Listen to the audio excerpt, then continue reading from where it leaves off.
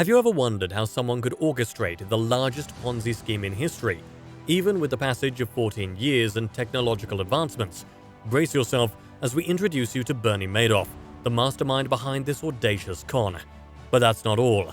There's another scheme that mirrors Madoff's, leaving countless individuals devastated and betrayed.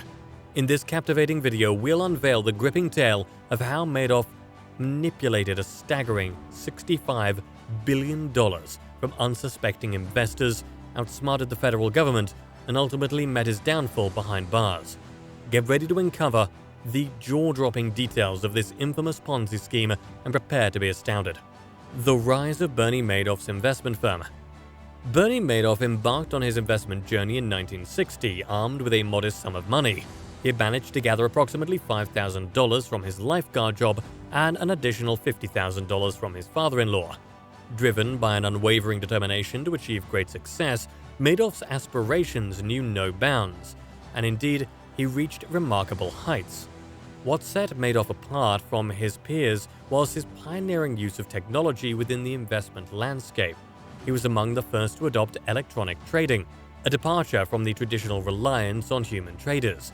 This innovative approach paid off handsomely, propelling Madoff's firm to become one of Wall Street's most prosperous entities.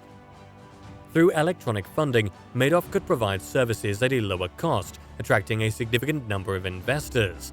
It is believed that at one point a notable proportion of trades in New York flowed through Madoff's firm, although the exact percentage remains uncertain. Estimates range from 1.5% to 10%. This shift towards electronic trading not only favored Madoff's firm, but also served as a catalyst for the birth of the NASDAQ and a wave of groundbreaking innovations in the field. Today, the NASDAQ stands tall as the world's second-largest stock exchange.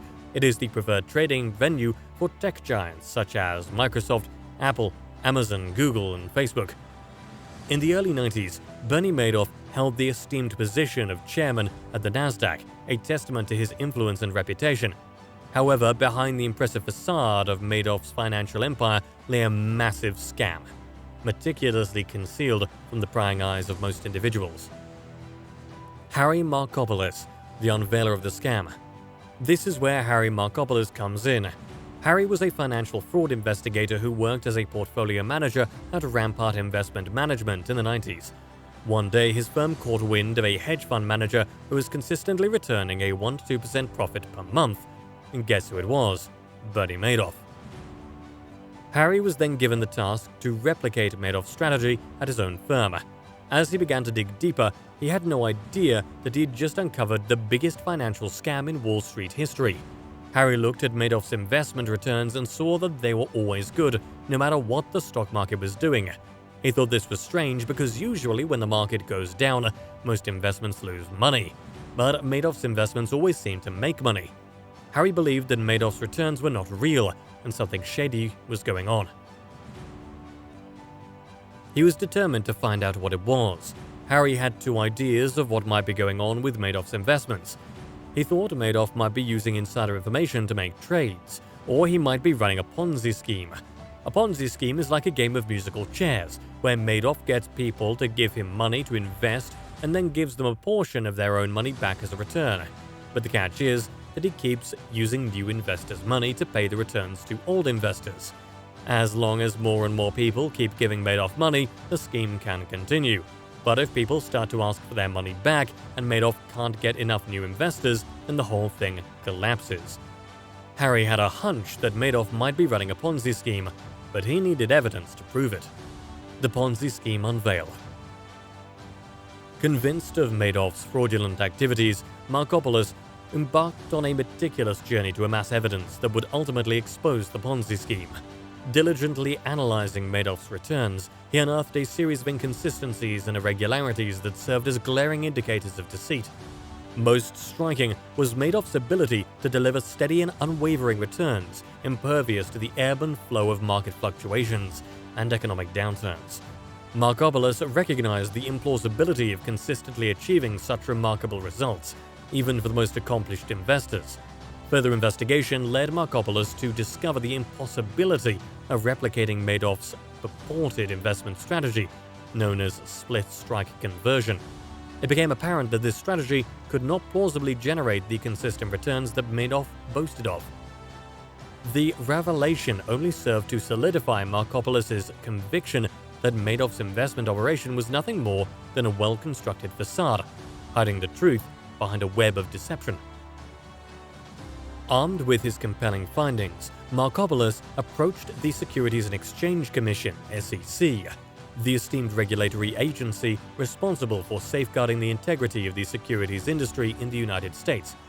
However, despite Markopoulos's persistent efforts to present his case and provide detailed information, his warnings fell upon deaf ears within the SEC. Madoff's entrenched reputation and powerful connections within the financial industry seemed to act as a shield, deflecting scrutiny and enabling the Ponzi scheme to persist unimpeded. Tragically, the SEC's failure to take decisive action allowed Madoff's fraudulent enterprise to continue flourishing, perpetuating immense financial losses for countless victims who placed their trust in his seemingly infallible investment prowess. The downfall and aftermath. The global financial crisis of 2008 marked the beginning of the end for Bernie Madoff's Ponzi scheme.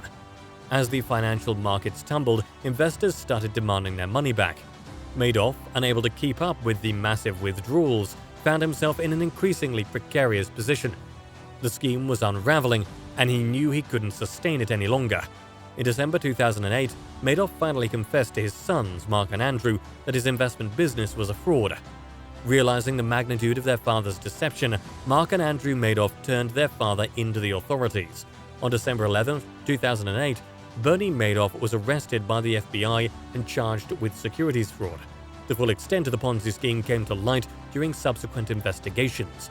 It was revealed that Madoff had defrauded thousands of investors, including individuals, charities, and celebrities, out of an estimated $65 billion. The victims ranged from wealthy individuals who lost their life savings to charitable organizations that saw their endowments vanish. In 2009, Bernie Madoff pleaded guilty to 11 federal crimes, including securities fraud, investment advisor fraud, and money laundering. He was sentenced to 150 years in prison, the maximum sentence possible. His sons, who had worked for their father's firm, were not implicated in the scheme and cooperated with the authorities. However, the weight of their father's crimes took a toll on them. Mark Madoff tragically took his own life in 2010, while Andrew Madoff died from lymphoma in 2014. Bernie Madoff's Ponzi scheme serves as a stark reminder of the destructive power of greed and deception. His fraudulent activities left a trail of financial ruin, affecting billionaires, pensioners, and charities alike. The Madoff scandal exposed the vulnerabilities of the financial regulatory system and raised questions about the oversight and accountability of regulatory agencies. It highlighted the need for stricter controls and due diligence in the financial industry. The collapse of Madoff's scheme led to significant losses for investors, damaged the reputation of the SEC, and shook the trust of the public in the financial system. Bernie Madoff's crimes went undetected for an extended period, resulting in the loss of $65 billion and a lasting impact on the economy and the lives of many. Despite his attempts to escape, Bernie Madoff faced life in prison and ultimately passed away there, leaving behind a legacy of deceit, devastation, and hard lessons learned. And that wraps up today's video. Thank you so much for watching. If you have any video topic suggestions, let me know in the comments section down below. And yes, make sure to subscribe to our channel for more inspiring content.